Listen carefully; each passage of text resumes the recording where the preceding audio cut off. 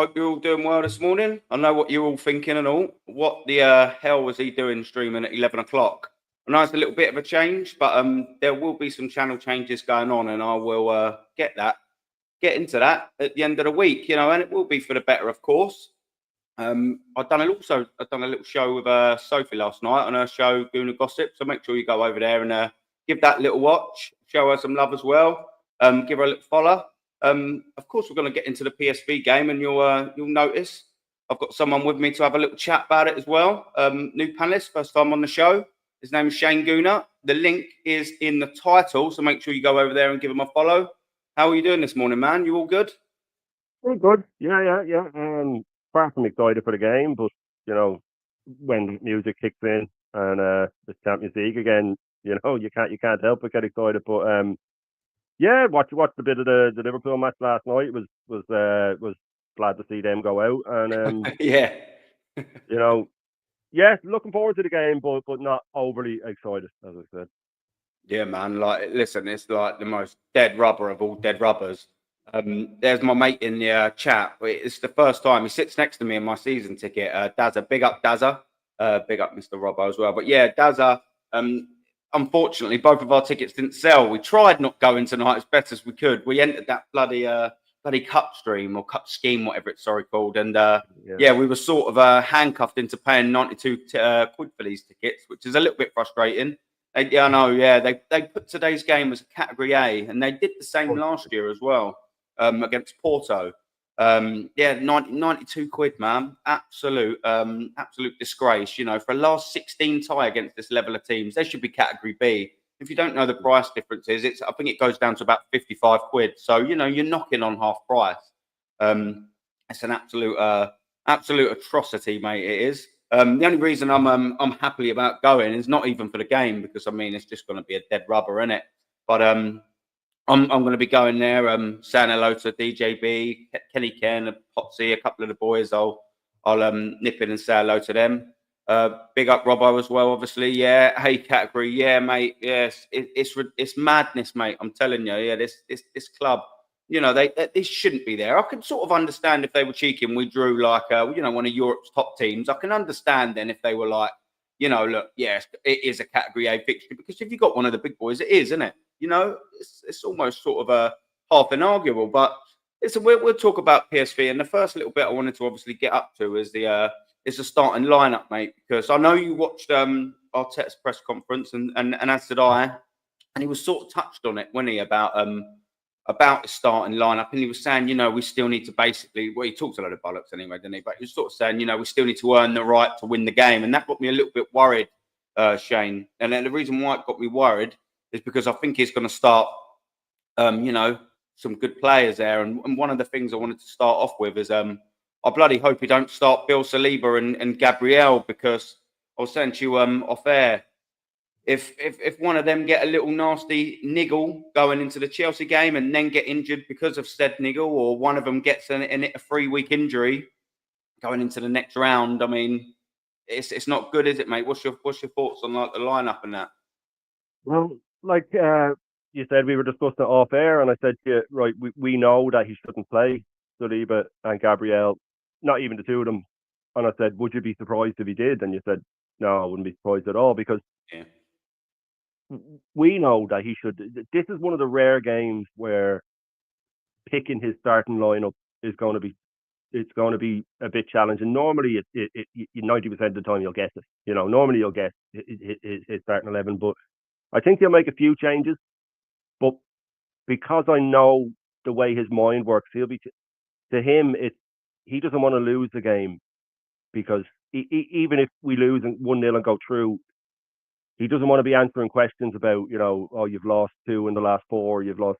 It'll be self-serving. The team he picks will be a self-serving team. It'll be, so he can say, oh, we've won this many games in the Champions League and we've won that. Instead of just resting the players, getting through it, doing something against Chelsea, doing what's good for the team, like all good leaders, all good managers, all good, even as a parent, you sacrifice yourself for the good of the team, and he won't. He'll play Skelly, I'm sure he'll play Skelly. He might change one of the centre-backs. He might. I wouldn't mind seeing Ben White getting the first half. just get some minutes into his legs. I think we missed them. I'd be dropping Odegaard. He won't. And I'd be doing that not only to rest him, just because he needs to be dropped. He needs to be shown this isn't good enough. Like any team, I'd love to see Ranieri play in the 10. It's his position. It's where he plays. I'd also love to see Skelly in his natural 8. I wouldn't mind seeing that. I mean, if he does want one of his silly stats that he always has, playing 2 academy players of 17 and 18 in midfield with Rice or Partey Holland would be a nice way to say, look what I do with youth. But I'm with you. I think he'll play close to a full team. Yes, it's frustrating because I remember it might have even been against PSV. Was it in the last? It was last year, wasn't it? Do you remember we qualified on the 5th game and then we went there away, didn't we? And I think was it a 1-1 or something like that? Yeah, a little bit of a crappy stalemate. But even with that game, I remember him having the opportunity to sort of try a couple of bits new, make some good changes. And I think whilst he did make some changes, I don't think he made wholesale changes. And I remember, there sort of being after that where you sit there and think, wow, if he's not going to try out with his team, try out new things, maybe new players, new positions, new formations in games like this that mean absolutely nothing, when is he going to do it? And I'm going to link that to obviously today as well, because I'm sitting there and thinking, right, look, at 7-1 up, we are not going to be getting knocked out today. I mean, you'd like to bloody hope not, wouldn't you? Do you know what I mean? Let's get it right. And I sit there and I think, do you know what? We've got opportunity here to play some young academy players. And I don't know whether he'll start him, but just like Mr. Robbo says as well, we got that Oyedeji, if I've pronounced it right, on the bench. I don't think he will start. But the thing is with him is make sure he gets some minutes. If he isn't going to get any minutes today, that young lad, when is he going to get some minutes? Because I'll tell you what, he ain't getting them in Madrid, regardless of whether it's red or whether it's white. He's not getting them there, is he, the minutes? And that's sort of the point I'm making, like I said to you again off air, if he starts Gabriel and Saliba, I'm like you, I could probably see him resting one of them. But realistically, what I'd do is I'd rest both of them, because if you don't go to Real Madrid or Atleti with both of them fully fit and ready to go, you've got some serious problems. And we'll get into the Real Madrid and Athletic bit in a little bit. But, it's a serious sort of worry about them players that we need to be able to go in there with that central defense defense partnership. We have to go there with that, and I just don't want one of them to just, like I said, get a silly little niggle later on this evening, or God forbid an actual injury, and then we play against Chelsea and then that niggle then becomes a 2-3 weeker, and then all of a sudden we've got to play Kivior there or something like that. I'd do it tonight, I would. I'd put Kivior left side of centre back, and then I'd put Calafiori right side of centre back. I know it's not pretty. I know it's not pretty, but surely that's going to be capable enough to not concede 7 goals tonight. Like you said, Ben White. I would also, as a good option, maybe bring him in at that right centre back.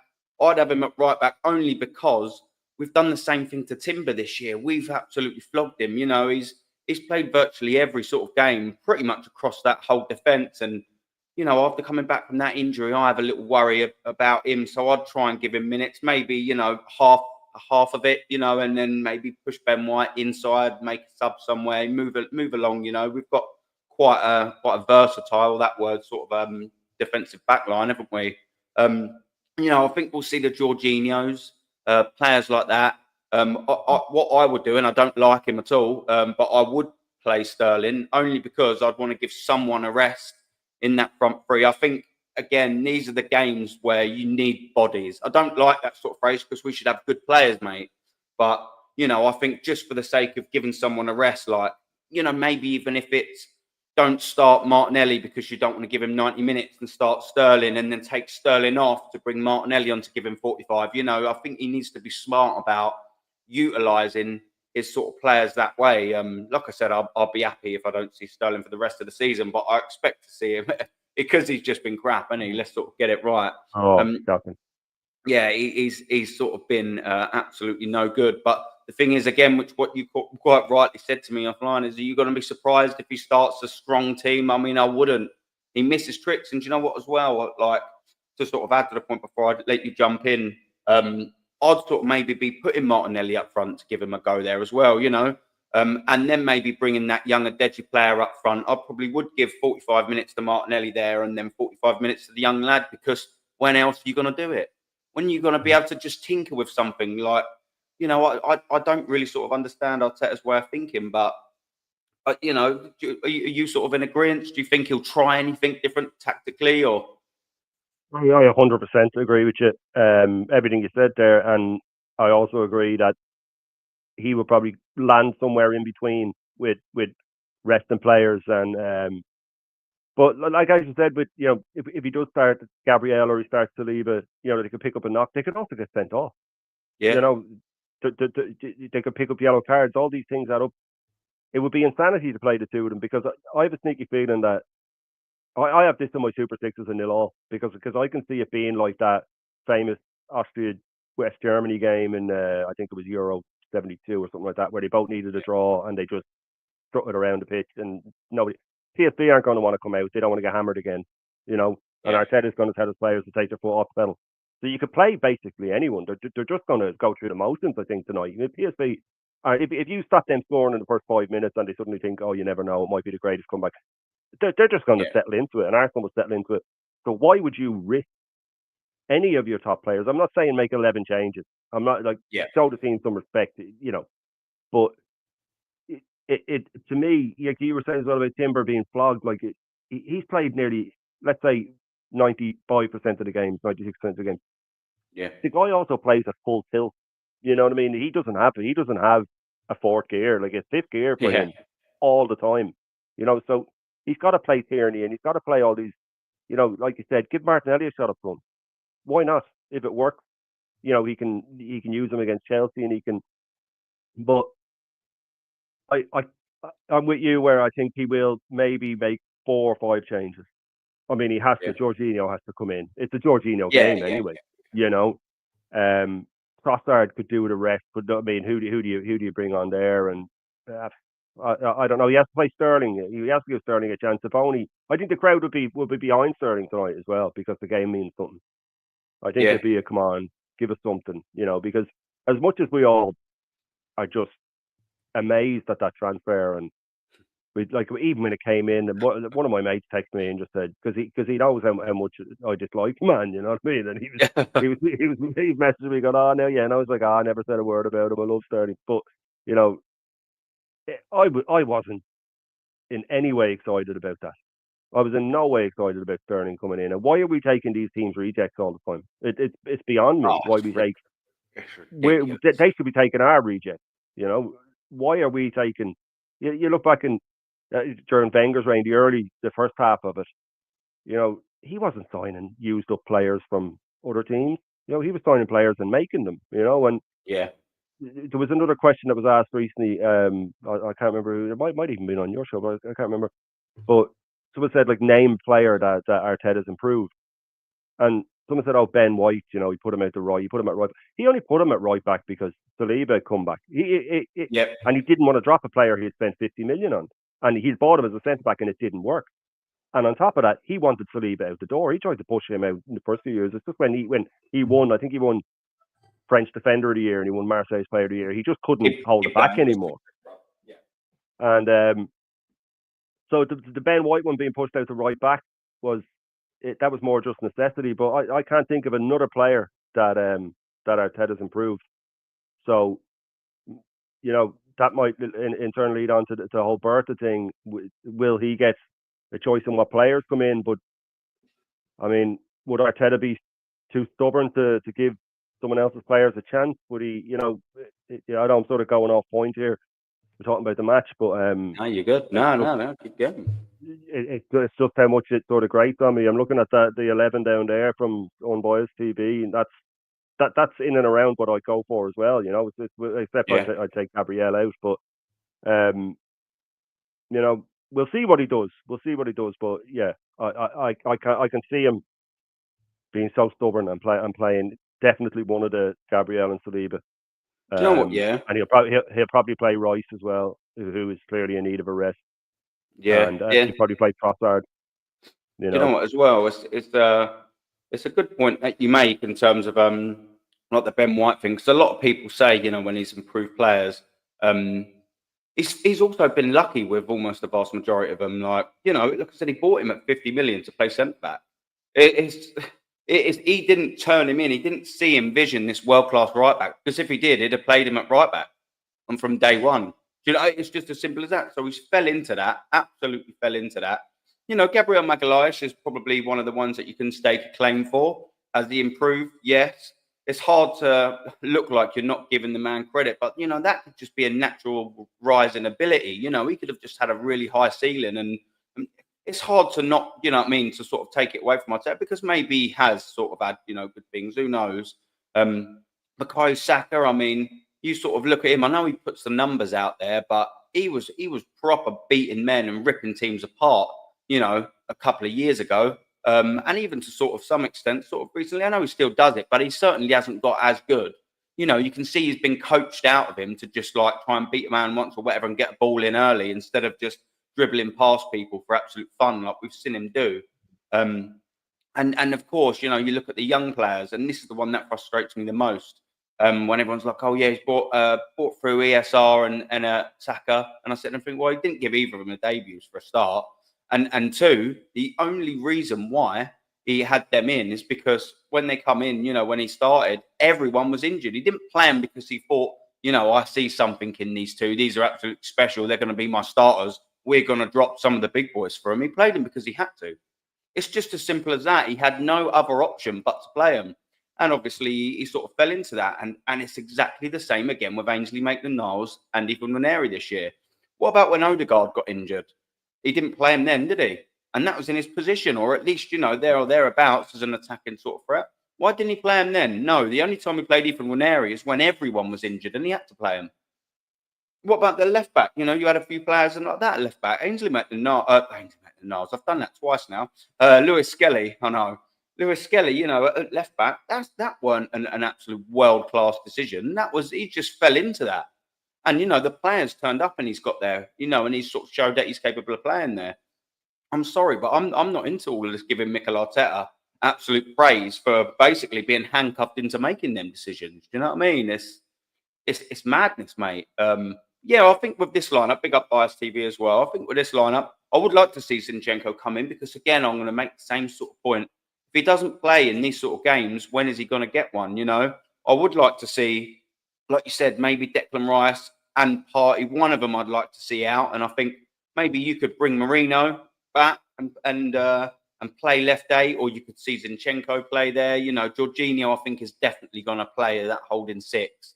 I'd like to see maybe Zinchenko left eight, maybe give Partey and Declan Rice, a bit of a day off. I think certainly Partey. I worry about him a little bit, with his previous injuries. Declan Rice deserves it, but again, I think we could probably go through the whole 11 and go, do you know what? Yeah, I'd rest him, and we just know he's probably only going to rest like 3 or 4, and that's sort of like worrying. And it's also sort of a flagging of how I think tactically inept that this manager is, because today we'll probably likely see a game where we could make loads of changes and try something new, bring a new face into the fold, and unfortunately he probably won't. And that's sort of where I see it. But there is one sort of player as well that our Bias hasn't mentioned, and we haven't mentioned just yet, but we did offline, is Kieran Tierney. Now, what do you expect to see him in the lineup later? Because I don't. I don't, unless he plays him at the wing. Unless he plays him at the wing to give Trossard a rest, that's the only way I see him. Like we were saying off air, something personal has happened there. I think he just saw Tierney as too strong a character, too loved by the crowd, like he did with Aubameyang, like he did with Ozil, and he wanted to say, "I'm the boss. This is who's in charge." I don't think we'll see him. I'd love to see him. He is still one of my favourite Arsenal players. I love him. He's everything that a club needs, and I just want to jump back to that point you make, because you were so spot on about him taking credit for the young players. It's beyond me. He enraged me there. I think it was the pre-West Ham press conference. There was one. It was in and around that time, and they asked him about Lewis Skelly as a left back, and he said, "Oh, I saw him in one training session, and I knew he was a left back." To me, you could put Lewis Skelly anywhere. That kid would shine, because he is a natural talent. So when he turned around and just made that flippant comment, England have put about 11 years into that kid. all his coaches, all his staff, and he's just basically said, "You did all right, guys, but I'm here now," and it's just such a typical narcissistic thing to say that, look what I saw that nobody else saw. You just saw a left-footed player. That's all you saw, and you said, right, I'll put him at left back. And Yeah. the way, and then when he was asked on the flip side of that, he was asked about Obi Martin and Heaven going to United. But of course, when it's a negative thing, he said, I didn't have much to do with that. So the people could say money, the kids took money, the kids. He was given a chance to talk them around. I'm like, he should have just told Obi Martin, look, even before he knew about the injuries, I'll give you a couple of games in the League Cup and you'll get a couple of sub appearances. But he won't be told by anybody, especially a kid, and if that kid is that confident in himself, he should rightly go and say, I want a guarantee of a certain amount of first team football. Yeah. Because we could do with him now, 100%. And when you're talking about him taking the credit for the youngsters, you made the exact point that I've been trying to make to everybody about, like Wanyeri and Lewis Skelly, that these boys, they seem to, he only does it when his back's against the wall, when he's under pressure. And any manager knows that if you start throwing kids in, it gets the crowd going. The crowd love it. They love seeing one of their own. We all love it when a kid comes on. And he was on the verge of getting the sack, I'm pretty sure, when he started playing Saka and Smith Rowe all the time. And that was the first time the feel-good factor came back. I remember we smashed Spurs for 3, and Aubameyang scored, and Smith Rowe scored, and Saka scored, and it was sunny, and everybody was, we've turned a corner here, this is it. And I'll always give Arteta credit for that. He came in and he steadied the ship, but so does Sean Dyche. That's his specialty. He comes in and Sam Allardyce, they come in and steady the ship. Arteta should have been a bridge the Warnocks and all of that as well. Yeah. And all those managers that come in and they get the crowd going and they put some manners on the troublemakers, but you don't get to do it at Arsenal, mate. You know what I mean? Like you don't get. We're not Bolton and we're not Everton. And once he had done that, and then dropped out of the. Remember we were on for the Champions League that season. I think it was the one where Prime did the documentary on it, and we dropped out of the Champions League because he started getting rid of Aubameyang and Ozil. That should have been enough for him to go then, but instead they gave him 200 million or whatever he spent that summer, and he bought half of them. I can't even remember because they were so bad. He bought Nuno Tavares and he bought Sambi Lokonga and he bought all these players. These are all massive failures that are swept under the carpet. Oh, but he signed Declan Rice. Who didn't know Declan Rice was good? That's an insane thing to say. He signed Declan Rice. What I'll say is, he signed Declan Rice, one of the best sixes in the country, and he plays him as an ace. So I mean, even when he gets it right, apparently, he still has to put his little twist on it. He still has to, go, well, I see this in him. Nobody else saw it. I seen it. You're not Guardiola. You know what I mean? You're not Ancelotti. You're not these. As much you're as not Johan Cruyff. Yeah. You're never going to reinvent the game. He's nowhere near good enough for that. Nowhere near. No, and he never will be. I don't care. That's the thing. Like I was my missus will be into Arsenal as much as I am now. She'd be the same. And we were talking about Fabregas being off at Como and learning his trade. I said Arteta should have done that. He should have gone somewhere and learned his trade. Yeah. With a smaller club.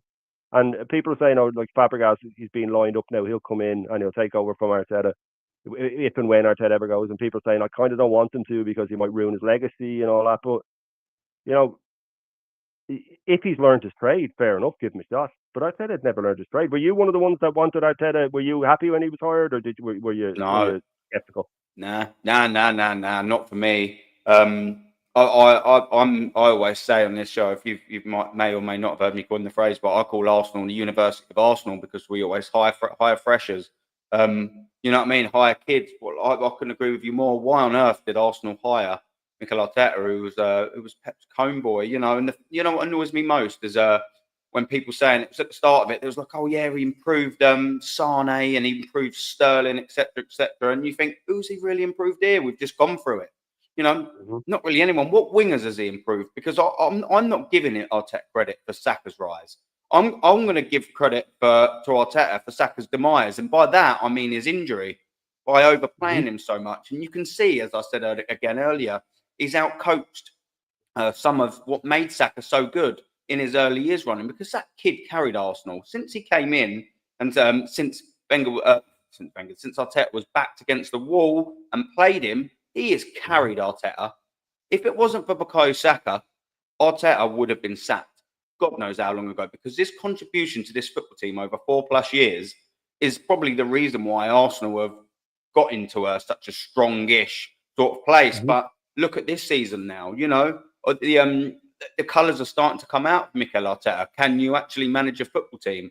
All the excuses are starting to dry up. I mean, all the top gooners, they always still find sort of an excuse. I call it the Bible of excuses, They'll just flick through them like that and go, oh, what one will we use tomorrow? Do you know what I mean? There we go. Oh, we'll use this one, They'll always find something, but they're drying up like the Sahara, these excuses. And I think he's going to be, come the end of the season, when we do eventually go out to in the Champions League, big questions are going to be asked. Will he still be here in the summer? Of course he will still be in the summer, unfortunately. But, I mean, I'm sort of one of them, like from the start of his tenure, he won the FA Cup, okay, straight away. And you think, okay, he done that by playing pragmatic football.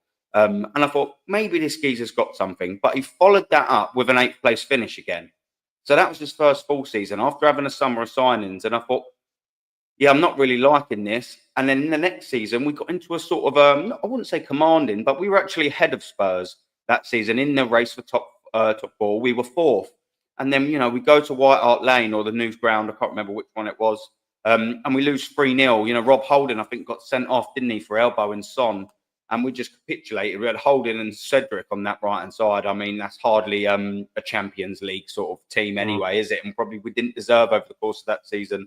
Conte got over the line because that's what he does. He gets over the line. The only unfortunate thing about Conte not winning anything that year, even though we got Champions League qualification, was because he was at Spurs and no one wins anything at that club. Do you know what I mean?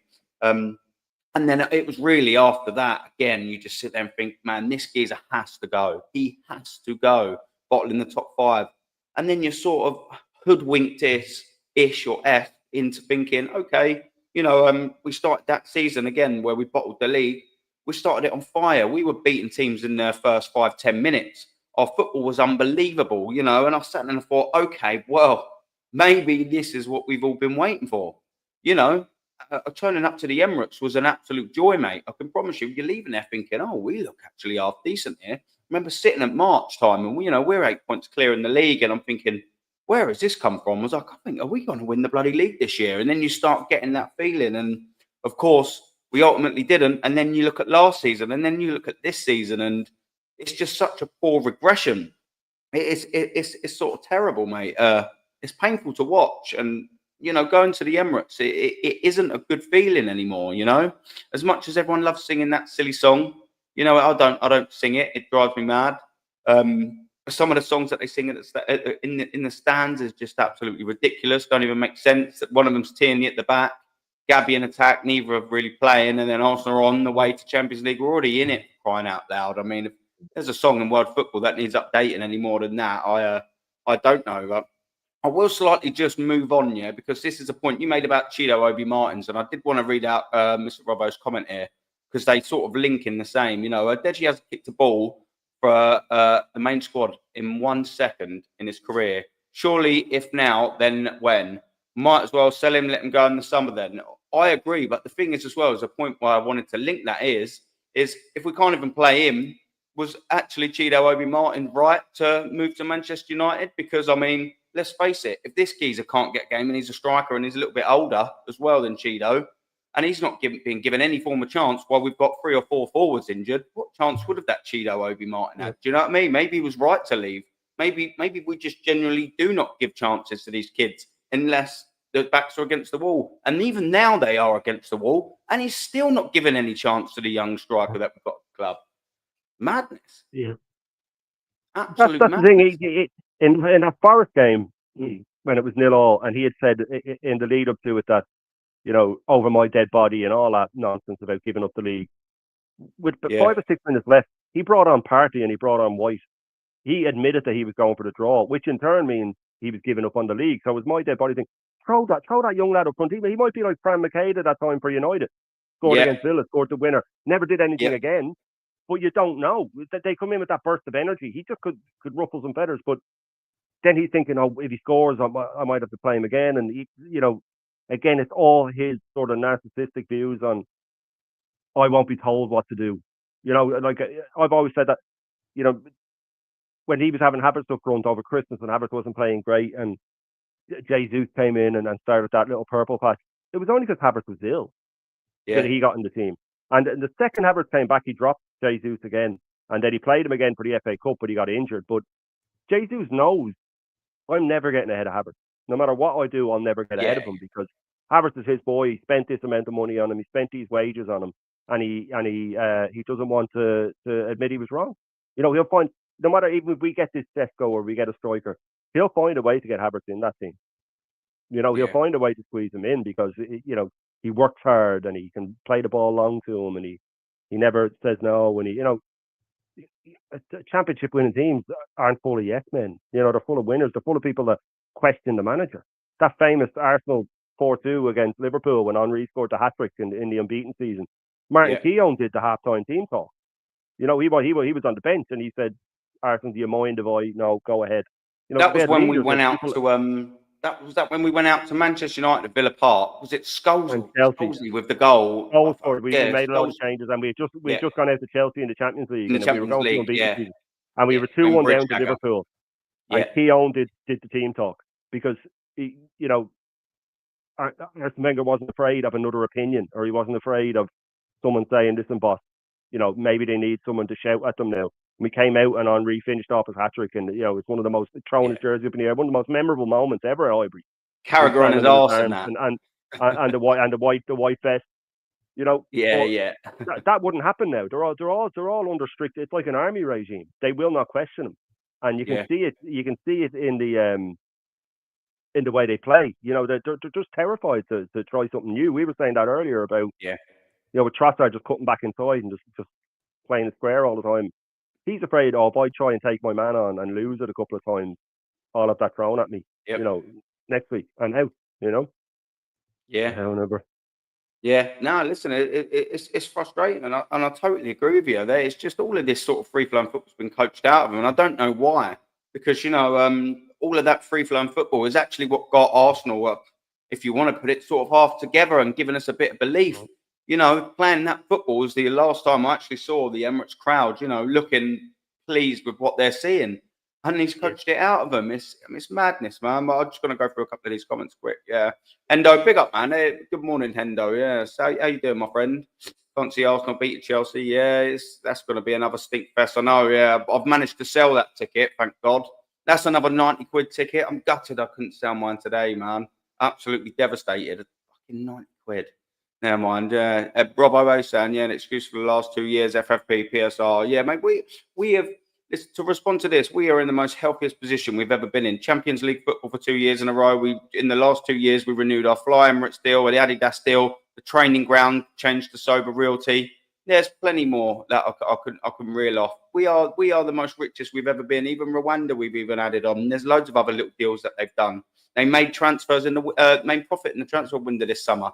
Didn't even spend anything in the winter window. We've been in such a healthy position. But the club's happy to throw away these years because they go, oh well, do you know what? If we just don't do anything this year, next season we'll have loads of money to spend. What about if next season is just horrendous and no good players want to come? Well, look at it. We've got the Gyökeres. Let's just say I wouldn't mind having Gyökeres, and I said this on my show the other night. Do you know what? It'd also be a bit of a slap in the face if we sign Gyökeres. And if we release his clause, I think, okay, fair enough. You've got him in, but also at the same time, you're thinking, why have you done it 2 years late?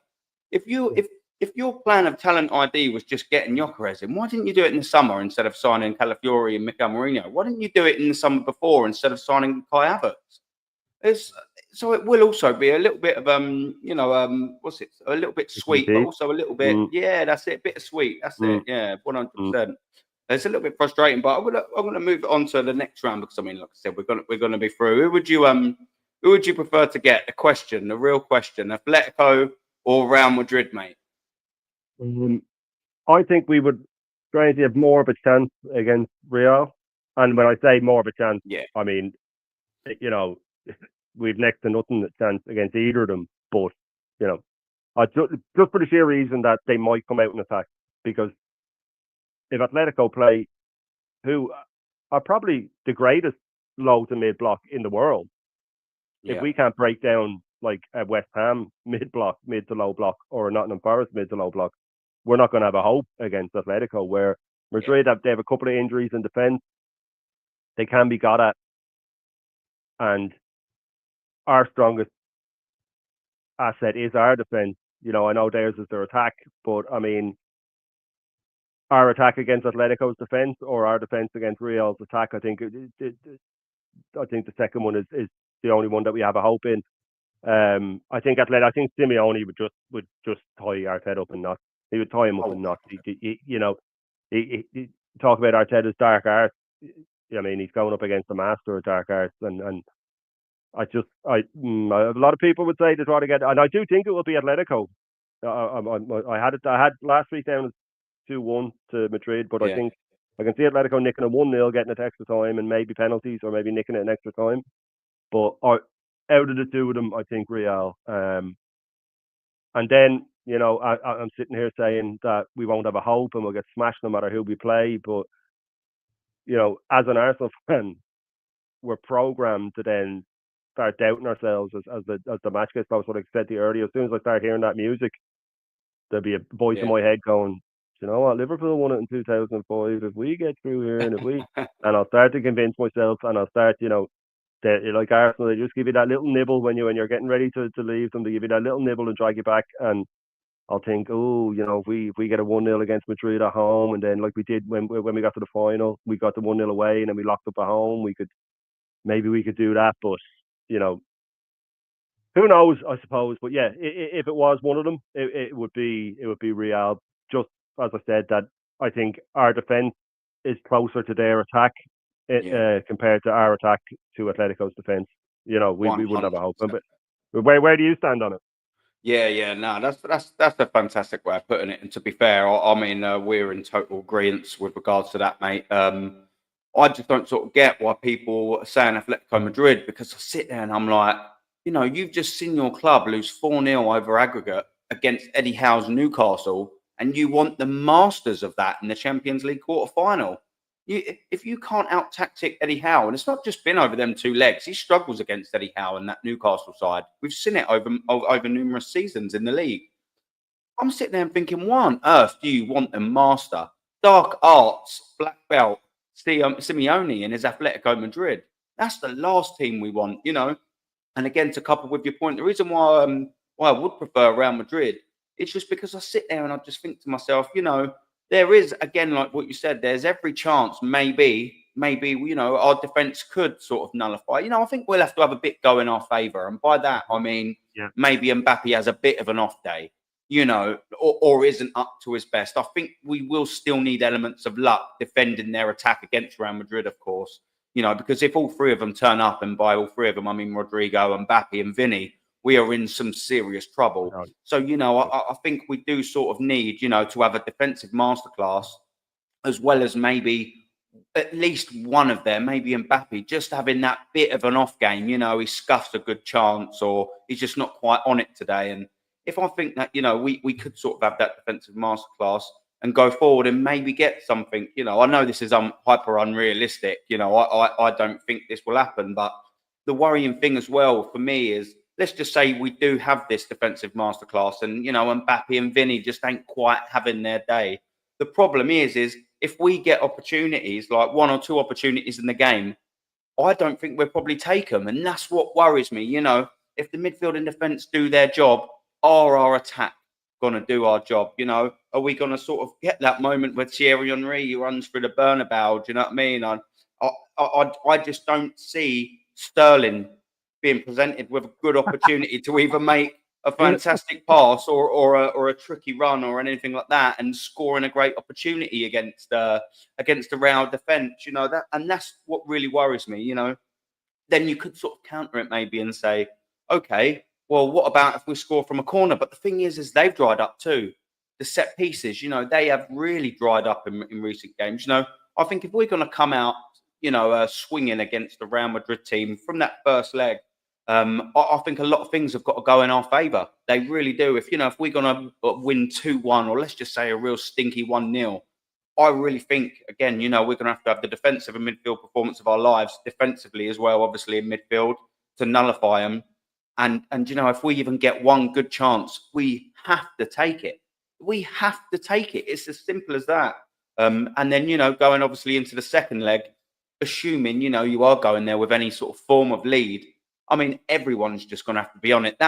If we go 1-0 up, that game against the Bernabeu will be complete, against Real Madrid at the Bernabeu, sorry, will be complete one-way traffic, won't it?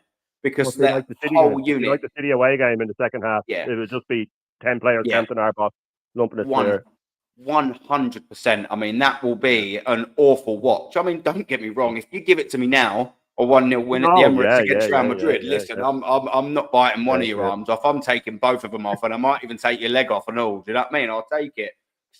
Yeah, I'm realistically expecting us to get rolled over. But yeah, I just can't understand the fans that want Atletico, man. I mean, it's a bit baffling to me. But you know, look, I mean, talking in a reality I don't believe exists. If we was to get past them, either of the Spanish Madrid teams, It we'd be gets facing easier from then PSV, on. wouldn't we? Yeah, we'd be facing Look, PSV, and you know, like with yesterday, look, we've seen. I think at the Emirates earlier in the season, I don't. Well, they obviously didn't have Kvaratskhelia because he wasn't there, and I don't think they had Ousmane Dembele that game, did they? I'm sure they didn't. I'm sure he was injured, I'm or not did sure, they? but either way, he wasn't in the form he's in now. That guy is in Yeah, some kind of form at the moment. He's on fire at the moment. He ran that show against Liverpool, and he ran it in the first leg as well. I heard one of the yeah, commentators last night as it went to penalties saying, "Oh, you know, who do you think will win?" He said, "Well, none of them really deserve it." And I was like, "PSG dominated both of those games. Let's have it right. They dominated. They look really, really good." I was very, very yeah, surprised. I loved that, and I was only talking with me and my missus were watching it, and I was saying about comparing it to Arsenal. Like the PSG a few years ago went for the whole Galactico angle. You know, they wanted to sign Messi yeah, and they wanted to sign Neymar. It didn't work. So they just scrapped it. Straight away they scrapped it. They got in a manager said, look, start getting in like the top French players and start getting in these players that want it, not these big stars. And now it's working, where Arsenal just keep flogging a dead horse, going, okay, sign another left back, go into the new season, not a number 9. And, you know, I was saying to her, that's a real model where you go, like, we made a mistake. Let's start it again. yeah. And I just go back, like, I was laughing there earlier, just picturing what you said about Sterling doing that Henri run. I mean, can you Oh, imagine him mate. in the Bernabeu picking it up and beating 3 or 4 players? What was it? It's never He going to happen. whacked off a bit of Guti, didn't he, Thierry Henry? Just nudged him Oh, off like he was nothing. unbelievable. Absolutely took the piss out of the rest of Yeah, them. Yeah, yeah, yeah. I can't see Sterling doing anything of that, man. I mean, yeah. Well, No. I mean, the best he's managed to do, I think, was play against a Bolton team. I think, you know what I mean. I know they play in white, but I can tell you that they are no Real Madrid. You know what I mean? I don't really be Yeah. expecting But again, Sterling to do a much. point that you made where Arteta gets wingers and he just grinds them down into nothing. You know, that Yeah, 2022-23 season, you were saying that we were just electric for the first 3 quarters of it. That was yeah, before Arteta got his claws into them properly and started saying yeah, we're yeah, attacking too much. We played with such freedom. It was I've said it before on my channel. It was young person football. It was they were electrifying. Martinelli was unbelievable. You know, now he's just a winger that tracks back, and that's it. That's all he does. yeah, Saka, you're saying as amazing as he is, you mentioned that he doesn't take on 2 or 3 players anymore. It's beat one, cut inside, either shoot or cross it. Like if Wanyeri continues out the wing, and if Arteta keeps on the way he is, he'll do the same. He'll turn him into just a winger that tracks back. You know, you've yeah, got to say to these people were talking about, oh, why isn't Salah, like if Salah hadn't been injured, Salah's not forced to track back for 90 minutes. You know, that's why he's yeah. not. That's why his hamstring isn't tearing. You know, he's like Exactly. all good teams. They're both attacking players. You look at Argentina with Maradona and Barcelona with Messi and Real Madrid with Ronaldo and Cruyff at, you know, with Holland. The list goes on. You tell those players track back when you really need to, but otherwise you save your energy for when you're attacking. When you're doing your job, Yeah, save your energy. A lot of the time we break forward, and Martinelli he's got nothing left in the tank. He's got no sprint left in him because he's been burnt yeah, down trying to track back the whole match. You know? yeah. He's totally knackered. For the vast majority of the time. Do you know what I mean? That Martinelli, and you can see we've got all the same injuries, haven't we? They're all the same injuries. They're either the knee or the hamstring. All of Yeah. them are. And you sit there and you just think, why is that? Why are we getting the same repeated injury? It's because we've decided to have a smaller squad. And because we've got a smaller squad, we've got to overplay the players. And we don't rotate the players even when everyone's fit. So then that means there's more games in their legs. So then they're tiring quicker. And now we're getting injuries. So then that means there's less players and less rotation. So they're playing more. So we're getting more injuries. So now that there's more injuries, and you can see where I'm going with it, it's just the same circle. And you're thinking, and I get a lot of fans on here going, oh, yeah, but you can't blame Arteta for all the injuries. Yes, you bloody can. Yes, you can. I'll tell you why you can blame him for bringing in Sterling, who's absolute trash, and selling Emile Smith-Rowe, Eddie Nketiah, letting Reece Nelson go, and Fabio Vieira go. And you've released 4 attacking players. That's fine if you want to release them. All well and good. You know, I can agree with all 4 of them signings and selling sales. But bringing only Sterling in, you've just sold 3 players, and now you've got picked up in injuries. You're wondering why you're flogging all of these players because you've sold 4 attackers and you've only brought 1 in. We were already short from last season. So I don't really understand why it's not Mikel Arteta's fault, because Arteta said, I'm the one that signs off on all the signings. So by definition, then, it is his fault. And he's not given rotation. Why was Saka on the field at Preston 3-0 up after 60, 70 minutes? Why was he brought on? Why was he not brought off 5-0 ups against numerous teams? Why is he not brought off? Why is he playing 90 minutes of every game, whether we smash a team? We played Forest 3-0, we was up in the first half. I can understand why you didn't bring him off in 45 minutes, because anything can happen in the Premier League game, especially at the Emirates. But what about after 60 minutes when you're still 3-0 up? Why aren't you taking him off? Chelsea last season, we were fucking 5-6-0 up. Why aren't you taking him off after 4-0, whatever? Why are you flogging these players? So it is Arteta's fault. Yeah, and Lons was the same last season. We were 5-0 up at home, and he kept Saka on. It was staggering, you know. And this is last season when he had the Reece Nelsons and he had the Fabio Vieiras and he had the Smith-Rowes. He could have easily brought them on. And it's a double whammy, because you're not only arresting them, you're giving someone else a chance. You know, so I do not buy into this poor guy with his injuries. They're all hamstring injuries. Hamstring is a fatigue injury. It's called. You could have Mo Farah out there, and if you run him into the ground that much, his hamstring's going to go. You know, 100. We can all see it coming as fans. How can we see it coming as fans? And he's got all these coaches hired, and all these fitness instructors, and all these, all this, modern technology. And he's going, you know what, Saka, we're 5-0 up. You get out there and you keep running. You know, and he did that interview a while ago a few months back, when he was talking about, someone said, Saka's going to break the record. It was 75 Premier League games in a row or something like that. And he was smug about it. He should have been embarrassed about that. He should have been embarrassed. That's not a good playing kid. You know what I mean? He was smug about it. You should not. No one should be playing that amount of games in a row. Nobody. You look at Guardiola, any top manager, they start making changes from the second game of the season. They'll make one change, because you don't start resting someone when they're already shattered. There's no point. You start rotating them from the second game on. You take one player out from a different position, change your winger. You can never pick Guardiola's team. You know, you can never pick slot teams. So there will always be one change somewhere. With Arteta, if he has a fully fit squad and we're playing a league game, no matter who it's against, you can pick that team. You'll know what team it'll be. Big up, Mama. Oh yeah, the injuries are definitely. I 100% blame him for those injuries. It's not like the players got crashed into. It's not like someone went up for a header and came down on their ankle. You know, these are hamstring 100%. Injuries. These are just from being run into the ground. There's one thing I did want to talk about before we wrap up, and it's obviously this. I've been seeing reports saying that Saka's coming back at the end of the month. I mean, the end of the month's only 2 and a bit weeks away. I hope that this isn't true. And it's not because I don't want to see Bukayo Saka on the field again, because let's get it right, he's our only real match winner, and especially our only real consistent match winner, because that's exactly what it's been over the last 4 or 5 years.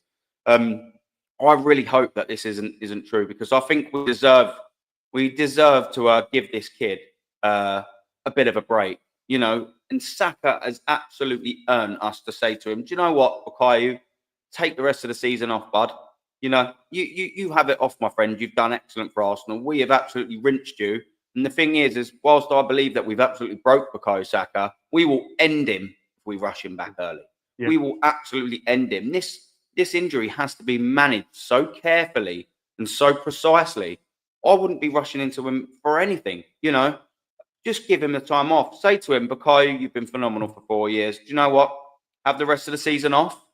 Let's get your fitness built back up. Maybe we could give you on the last game of the season. If you're absolutely fantastic, maybe you could get a little run out for 20 minutes or whatever, just to sort of show the fans. As long as you're only 100% ready, say hello to the fans. Look, I am back. I'm going to be raring to go for the last season. I'm all cool with that. And then he has a proper, pre-season. And then he comes into next season absolutely firing, you hope. My worry is let's just say a scenario where, we do get a good result against one of the Madrids. And, let's say even a 0-0 or a draw or a small, slender sort of win. And we go to the Bernabeu or Atleti, and we've got a chance of winning.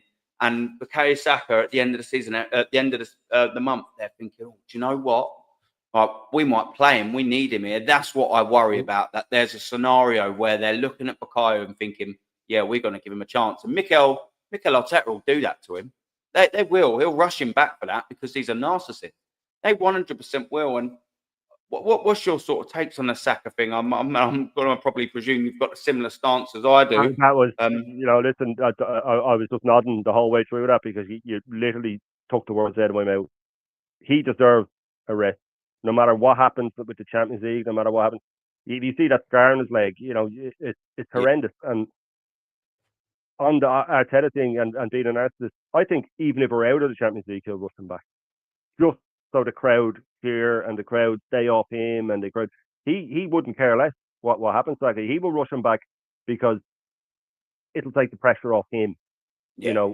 And a lot of the younger crowd, especially, they're all of Saka in the back of the jerseys, and they all, he is our star boy, he's our match winner, he's our Salah, he's our Messi, and he is. Yeah. He's a kid. I adore him, and I think as a person, he's absolute gold. You see him in interviews, you see him, the younger players talking about that he always has time for them, he always has time for the fans, but as a person, Arteta needs to sit him down and say, take the rest of the season off because, like you said, maybe last game of the season, if it bring him out, let him get a cheer and you regenerate for next season because but in Arteta's mind, he's probably thinking, if I drop out of top 4, maybe I'll lose my 15 million a year. Maybe he won't, but that would be his thinking. It would be what's this going to do for me? But you like you said, you could end him. You could end that kid if you bring him back. We've seen it so many times. We've seen it with Wilshere, and we've seen it all through, especially with Arsenal. We've been known for it. And with someone like Saka, who is just a winner by nature and a team player by nature and a lover of Arsenal, if you tell him you can play Bukayo, he'll be like, yeah, I'm in, and he won't hold back. Yeah, he won't hold back because he doesn't have, like we said, he doesn't have that fourth gear in him because he is just, he's all go, and he is, I want to win this like he's an Arsenal boy, I want to win this for my team, and he'll go full pelt, like the way Fabregas played with a bloody fractured shin that time, played on for a few minutes before he realised, I think it was against Barcelona when he scored the penalty. These lads are born winners, and they're young, and they're hungry, and if you tell them they're okay to play, they will play. But yeah, even if we somehow got through, unless that guy is 100% right, I would not be playing him, and I just don't see how he can be 100% right. To be fair, I think Arteta's known he'll be out for the season the whole time, and I think he's just been feeding people to keep them off his back. That's what he does. Why I don't want to sign him. I don't want to sign a player in January. We don't need them. Saka's back soon. And so I saw someone recently say that it's not Arteta's fault, that if the board gave him a striker, he's hardly going to say no. And I was like, no, he would. If it's not his pick, he would say, out of spite, he would cut off his nose to spite his face. If it's not his pick, he would say no. Because if that's the case, and Arsenal bid 40 million for Ollie Watkins, who was offered to them, so the deal could have been done. If Arteta had gone, if the board had gone, we don't want to push it to 60, and he had gone, no, guys, I think we really need him, they would have gone, right, fair enough, we'll pay it. If it means that much to, we'll do it. But I don't think Ollie Watkins was ever his choice. I think by the time January is coming to an end, he went, fine, I'll take him. But I wasn't too excited about that, if I'm being honest. But if he rushes Saka back, it's unforgivable. If he rushes Saka back, it's unforgivable. If he breaks down again, so someone has to talk to him. Henry, hopefully, will speak up again and mention about why are all these injuries the same. Why he's an ex-pro, he knows hamstring injuries. Yeah, he knows why they happen. yeah. You know? But yeah, I don't want to see Saka rush back. As much as I adore him and as much as I know we could do with him, I don't want to see him. Don't want to see him rush back. Yeah, yeah, no, everyone's saying him. Yeah, Luca, I know you're the same, mate. Yeah, Saka rush back. Is there any point in risking him for Madrid? Yeah, we're not beating Madrid anyway. Yeah, that's what I mean. Yeah, I just don't want there to be a scenario where we do sort of. I think even if it's even a worry again, if we only lose, say 1-0, I think Mikel Arteta might even look at that and go, "Oh, we really need." I think that might even be a worse scenario, actually. If we were to lose 1-0 with the game still in some form of balance, thinking, "Oh, well, we could do with Bukayo Saka's moment of brilliance." I just think it will ruin him, and we can only look down the years as our examples, and I know this weren't what we're talking about exactly, but Arsenal's long-term injuries run sort of deep. We've had the Abu Diaby's, Jack Wilshere's never the same, and that was more the likely comparison from Jack Wilshere, because just like what Wenger done to him, he's been flogged. You know what I mean? He played such a lot of games at such an early age. While his body's still growing as well. You're not body's fully still growing. formed at 16, 17s. And you're going and expected to play 40, 50, 60 games a season, 90 minutes apiece. That's a lot of football in legs maturing. And same was sort of with Emil Smith Rowe, wasn't it? I think he was getting a lot of the similar injuries as well, because, I think they said growing pains at first and things like that, and you're still playing the lads. Just absolutely stupidity, if you get me. But we will wrap up there. Thank you very much for watching, and of course, Shane, thank you very much for jumping on with me, man. It's been a good chat this morning. Where can people find you, bud? Yeah, Shane Gooner. I think the handle's at Shane Gooner123. Quite regular content. Something a little different. I try and break down Arteta's press conferences, try and cut through the jargon, and I just started doing little shorts of this day in Arsenal's history, where it's just a little minute short, and it's all comical. It's just done for a laugh, and there's a lot of shots at the current regime in it and stuff like that. But yeah, if you want to hop over, give me a subscribe and a like. I've only been at it a couple of weeks, but yeah, loving it, and thanks for having me on, Aaron. It's been a blast. Nah, no worries. And the thing is, as well, as the viewers and the people in the chat and people that will come and have a little watch, will certainly after having a little watch, if they haven't already done, they'll know that that you're talking a lot of facts. And people, I've linked Shane's channel in the title, so it's clickable. Go over there and show him some love. Hopefully as well, I think we're going to have Shane on my call-in Friday, her show on Friday. That starts at 7 o'clock. I will send you. I will make sure you get that link. We'll start from the get-go, and then I will be opening it after about 15, 20 minutes. But we're going to have Shane on from the start to have another little chat about football. What we've got coming up after that, depending. I know Lucas, mate, in the chat, you said to me about possibly doing jumping on your live call-in. It depends what time I get back from the Emirates later, mate. Unfortunately, my ticket didn't sell, so I'll be going, saying hello to a couple of the boys. Yeah, live 10 o'clock. Yeah, I mean, I'll be making my way out the stadium still, my friend. So I won't make that. But people go over and make sure they give Luca a little follow of that if that's something you're interested in. Maybe I'll do something on Thursday morning or something, a little reaction. Maybe not. But yeah, make sure you join on my show Friday, a live call in. I'll be doing a possible little channel announcement as well. Like I said at the start of the video, there's good things to come up, and I will keep you posted on that. But until then, have a good day, and I will catch you all soon. Take it easy. Right.